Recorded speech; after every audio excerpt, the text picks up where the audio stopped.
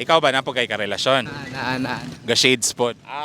Dili. Pila na mo ka bulan? Mo 2 months may unyang 16. Happy second monthsary. Asam po nigi ka ng uyaban eh.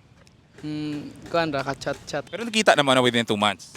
Kita me. Katong February 14. Kung sa imong nahatag atong Valentine's niya. Bulak. Tapos, Kuan. Goodbye, Chase. grabe po ng goodbye. Kumuuli. Okay. Ano pa? Tapos nang date, kaon. Legal na o illegal Japon eh.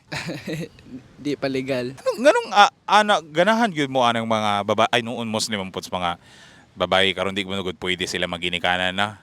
Di pa ready. Magulat ba kung karon sa siya ready. We. Nganong siya? Nakita man niya nga bagay siya i-treat og tarong. Ang uban wala ni magitreat og taro. I-treat pero ila ra magsayangan. Pilan ba din himong ex de? Isa. We, katong mga dili official. Akong ex, upat.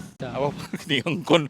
Ikaw. Bay na po, wala naman problema. Laki man ta. Basta wala na to gibinuangan. Unless ikaw mo gibinuang nila. Sakto. So pila ka bukang na himong ex na. Isa gani. Hala, sige. Pinsayan mo niya. Amping perme and I love you so much. Kaon saktong oras. Mura. Ano man? Di siya tikaw saktong oras. Sakit na nantiyan kada buntag. Kumukaon siya. Bali dagway.